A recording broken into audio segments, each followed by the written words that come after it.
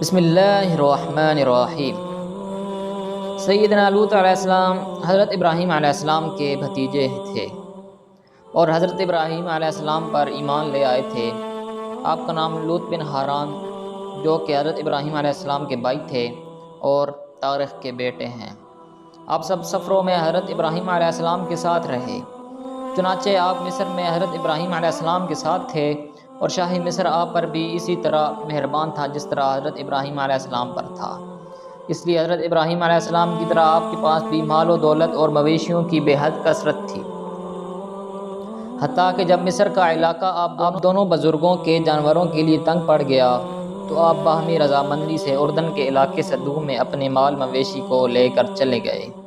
اہل سدوم بے حد بد اخلاق تھے، شرم و حیا کی ہر چار دی ہوئی تھی، اخلاقی انحطاط اور گراوٹ کے آخری حدوں کو چھو رہے تھے، کسی برائی کے ارتکاب سے نہ شرماتے اور نہ چوکتے، ہر گناہ سرعام کھلے بندوں بڑی ڈٹھائی اور دھڑلے سے کرتے تھے۔ ان کی محفلیں گناہوں کے اڈے بنے ہوئے تھے، سب مل کر گناہ کرتے اور ایک دوسرے کو داد دیتے۔ میں نے عبری کتب ادب میں ان کے اخلاقی دیوالیہ کا جو حال پڑھا ہے اور ان کتب میں ان کے شرم و حیا کا جو جنازہ پیش کیا ہے وہ کچھ یوں ہے۔ یہ لوگ شہر کے دروازوں پر بیٹھ جاتے اور باہر سے آنے والے مسافروں اور تاجروں کو ایک انوکھے طریقے سے لوٹتے۔ وہ یوں کہ سب لوگ اس کے مال کے گرد اسے دیکھنے کے بہانے جمع ہو جاتے، پھر ہر شخص ایک ایک چیز اٹھاتا اور لے کر چلا جاتا، حتیٰ کہ اس تاجر اور مسافر کے سامان میں ایک تنکا بھی نہ چھوڑتے، اور اس مسافر یا تاجر کے پاس ایک دھیلا یا چھوٹی کوڑی بھی نہ رہ جاتی، حتیٰ کہ وہ پریشان بیٹھتا، اپنے مال کی بربادی پر آنسو بہانے لگتا۔ اب یہ عیار اور شاطر لوگ اسے مزید بے وقوف بنانے کے لیے ایک ایک کر کے آنے لگتے، چنانچہ ایک آ کر کوئی ایک آدھ شے دکھلا کر کہتا کہ بھائی پریشان مت ہو، میں تمہاری اتنی مدد ضرور کر سکتا ہوں کہ میرے پاس تمہاری یہ ایک دو چیزیں ہیں، چلو وہ تم لے لو تاکہ تمہارے نقصان کی کچھ تو تلافی ہو۔ وہ آدمی زچ ہو کر کہتا میں نے یہ ایک دو چیزیں لے کر کیا کرنی ہیں، انہیں تم ہی اپنے پاس رکھو، میں تو بالکل برباد ہو گیا۔ یوں وہ آدمی یہ مال بخشوا کر پیسہ اعظم کھیل ختم کا مصادق بن کر 9 دو 11 ہو جاتا۔ غرض اس گفتگو کے بعد دوسرا آتا، وہ بھی ایسے ہی سوال جواب کر کے اس کے زخموں پر نمک چھڑکتا اور بالآخر اس کے منہ سے کہلوا کر جو ایک دو چیزیں وہ بظاہر دکھلانے کو لایا تھا لے کر رفو چکر ہو جاتا۔ یوں شدہ یہ لوگ اس کا سارا ہی مال اس کے منہ سے کہلوا کر لوٹ لیتے اور وہ غریب اتنے متعدد لوگوں کے ہاتھ میں بکھر جانے کی وجہ سے اپنے مال کو گنوا بیٹھتا۔ اسی بات کو قرآن ان الفاظ میں بیان کرتا ہے کہ وہ راستہ لوٹ لیتے تھے۔ یہ لوگ کس قدر بد کردار، سیاہکار، جرائم پیشہ، حرام خور، ظالم، گناہوں میں غرق اور جفا پیشہ تھے۔ اس کتاب میں اس قصور سے ان باتوں کا اندازہ کیجیے۔ ایک دفعہ بی بی سارہ نے اپنے گھر کے خادم کو حضرت لوط علیہ السلام کی خیر خبر لینے سدوم بھیجا۔ بستی میں داخل ہوتے ہی ایک آدمی ملا اور ملتی ایک پتھر مار کر سر پھاڑ دیا، جس سے بہت سارا خون بہنے لگا، اور ساتھ ہی خادم کو پکڑ کر کہنے لگا اگر یہ خون تیرے بدن میں رہتا تو نہ جانے تجھے کس بیماری میں مبتلا کر دیتا۔ میں نے سر پھاڑ کے اور یہ خون نکال کے تیرا بھلا کیا ہے، لاؤ مجھے اس تعاون کا معاوضہ دو۔ خادم تو دنگ رہ گیا کہ ایک تو چوری اور اوپر سے سینہ زوری۔ بحث تکرار شروع ہو گئی، طے ہوا کہ قاضی کے پاس چلتے ہیں اور فیصلہ مانگتے ہیں، لیکن یہاں تو آوے کا آوا ہی بگڑا ہوا تھا۔ قاضی نے جو فیصلہ کیا اس سے خادم ہکا بکا رہ گیا، وہ یہ کہ واقعی اگر یہ تیرا سر نہ پھاڑتا تو اس میں تیرا نقصان تھا، اس لیے اس صدومی کو معاوضہ دینا ہوگا۔ خادم نے یہ الٹی گنگا بہتے دیکھ کر قاضی اور اس صدومی دونوں کو مزہ چکھانے کا فیصلہ کر لیا۔ چنانچہ اس نے فیصلہ سنتے ہی پاس پڑا ایک پتھر اٹھا کر قاضی کے سر پر دے مارا، جس سے خون کا فوارہ پڑا۔ پھر بڑے اطمینان سے کہا تیرا سر پھاڑ کر اور خون بہا کر میں نے جو تیرا بھلا کیا ہے اس کا معاوضہ تم اس صدومی کو دے دینا، جسے معاوضہ دینا میرے ذمہ ہے۔ کیا کسی نے کوئی ایسا قاضی بھی دیکھا ہے جس نے قوم سدوم کے قاضی جیسے احکام جاری نہ کیے ہوں گے؟ یعنی ہر قاضی سے کبھی نہ کبھی کوئی الٹا فیصلہ ہو ہی جاتا ہے۔ لیکن قوم لوط کے عمومی احوال پر نگاہ غور و فکر ڈالنے سے آدمی اس نتیجے تک ضرور پہنچتا ہے کہ یہ لوگ اخلاق کی سطح سے اس حد تک گر گئے تھے اور ایسی برائیوں میں مبتلا ہو چکے تھے کہ ایسے اخلاق باختہ اور شرم و حیا سے عاری قصے ان کی طرف بالعموم منسوب کر دیے جاتے تھے۔ حضرت لوط علیہ السلام کا پورا قصہ تھوڑے تھوڑے فرق کے ساتھ متعدد صورتوں میں مذکور ہے اور یہ معمولی اختلاف مجموعی طور پر قصہ لوط کو مکمل کرتا ہے۔ البتہ قارئین کرام کے سامنے اس پورے قصہ کا خلاصہ پیش کرتے ہیں جو یہ ہے۔ قوم لوط بے حد بگڑی ہوئی تھی، راہگیروں کو لوٹنا ان کا پیشہ تھا، بے حیائی چہروں سے ٹپکتی تھی، آنکھوں میں بے باکی تھی، ہر برائی کے خوگر اور ہر چیز سے ناآشنا تھے، بیچ بازاروں، محفلوں اور چوراہوں میں گناہ کرنا ان کا طرح امتیاز تھا، اور سب سے بڑھ کر یہ کہ انہوں نے گناہوں کی دنیا میں ایک ایسے گناہ کو متعارف کروایا جس کو اس سے پہلے زمانہ نہ جانتا تھا۔ وہ یہ کہ یہ لوگ اپنی شہوت کو عورتوں کی بجائے مردوں سے پورا کرتے تھے، پھر یہ گناہ کرتے بھی علی الاعلان تھے اور ایسا کرنے میں کوئی عیب یا برائی تک نہ سمجھتے اور نہ اسے باعث عار سمجھتے جو چھپ کر کرنے کی ضرورت محسوس نہ ہو، نہ لوگوں کی ملامت کی پرواہ، نہ اس کے گناہ ہونے کا احساس، گویا کہ اس گناہ کی بابت ان کے ضمیر مردہ اور عقلیں زنگ مردہ تھیں۔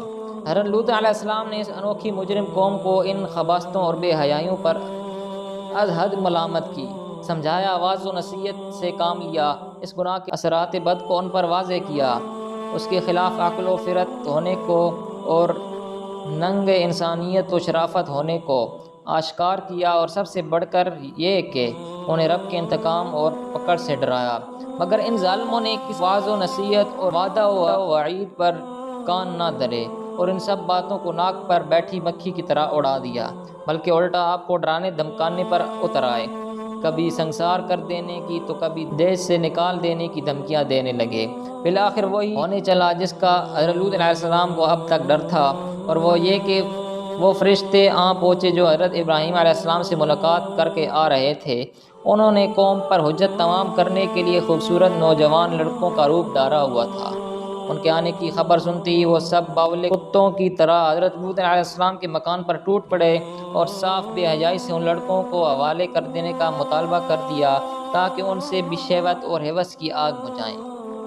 آپ نے قوم کو بہت سمجھایا کہ بے حیائی میں اتنے آگے نہ بڑھو، تم میرے مہمانوں میں رسوا کرنے لگو، کیا تمہارے گھروں میں عورتیں نہیں جو یہاں بے قابو ہو کر ان پر چڑھ دوڑے ہو؟ مگر ان کے کان پر جوں تک نہ رینگی اور وہ اپنی قباحتوں اور نشاطوں سے ٹس سے مس نہ ہوئے۔ تب نہایت دلگیر ہو کر آپ نے فرشتوں کی طرف متوجہ ہو کر قوم سے کہا، کاش میں تمہارا مقابلہ کر سکتا یا کوئی اور آسرا ہوتا تو میں اس کا سہارا لے کر تم سے خوب مقابلہ کرتا اور جس سزا اور رسوائی کے تم مستحق ہو اس تک تمہیں پہنچاتا۔ حضرت لوط علیہ السلام کو اس وقت تک بھی اس بات کی خبر نہ تھی کہ مہمانوں کے بھیس میں آنے والے یہ خوبرو نوجوان دراصل رب کے فرستادہ فرشتے ہیں۔ اب وقت آ گیا تھا کہ فرشتے حقیقت سے پردہ اٹھائیں، چنانچہ کہنے لگے، دل تھام کے رکھیے، کچھ ہونے والا نہیں، نہ آپ رسوا ہوں گے اور نہ قوم اپنے بد ارادوں میں کامیاب ہو پائے گی کہ ہم تو فرشتے ہیں، ہم ان بدکاروں کی انوکھی بدکاری پر انہیں عبرتناک سزا دینے آئے ہیں۔ ادھر اپنے انجام سے بے خبر قوم نے جو ابھی تک نفس کے ہاتھوں بے قابو اور ہوس میں اندھی ہو چکی تھی، حضرت لوط علیہ السلام کے مکان پر حلہ بول دیا تو رب تعالیٰ نے ان کی آنکھیں مٹا دیں اور بصارت چھین لی۔ اب ایک بگدڑ مچ گئی، زبردست چیخ و پکار شروع ہو گئی، قوم بے حد گھبرا اٹھی، کچھ دکھائی اور سمجھائی نہ دے رہا تھا۔ دل تو اندھے تھے ہی، اب ظاہری بینائی سے بھی محروم ہو چکے تھے۔ اب لگے ٹامک ٹوئیاں مارنے، ہر شخص دیوانہ وار ادھر ادھر ہاتھ مارتا رہا۔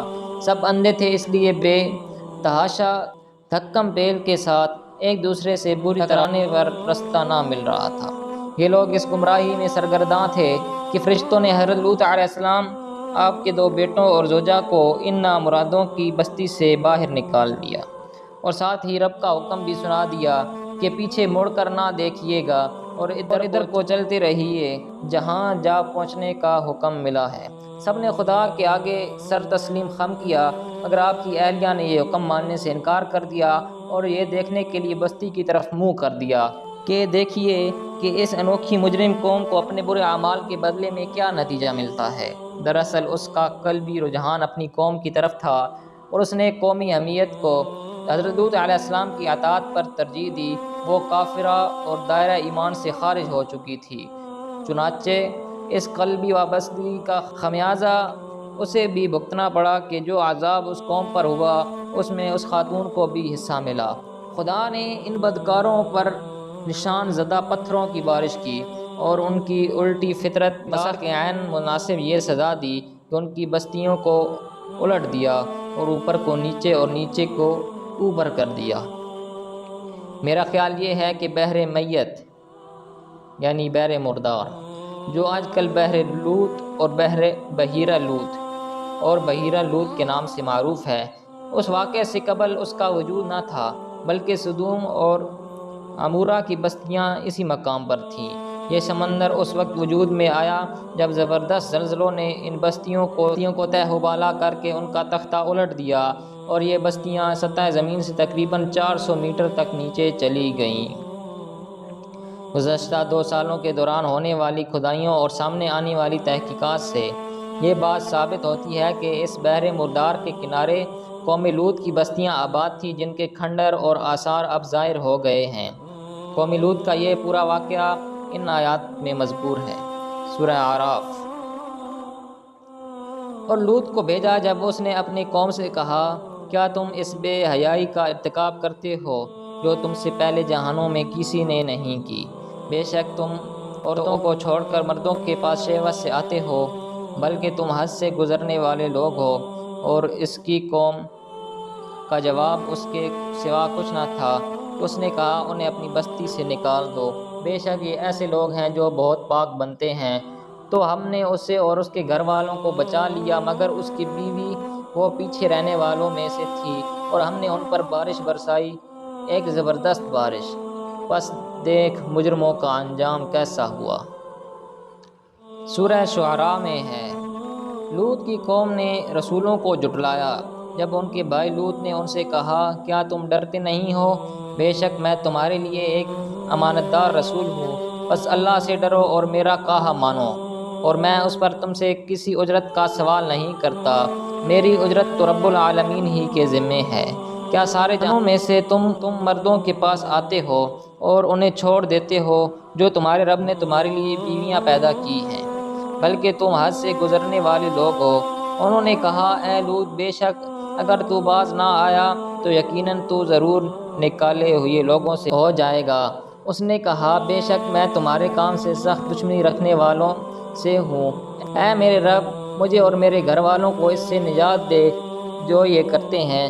تو ہم نے اسے اور اس کے گھر والوں کو نجات دی، سوائے ایک بڑھیا جو کہ پیچھے رہنے والوں سے تھی۔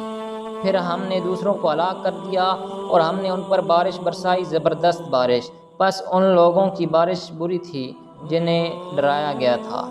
بے شک ان میں یقیناً ایک نشانی ہے، اور ان کے اکثر ایمان والے نہیں تھے، اور بلا شبہ تیرا رب یقیناً وہی سب پر غالب نہایت رحم والا ہے۔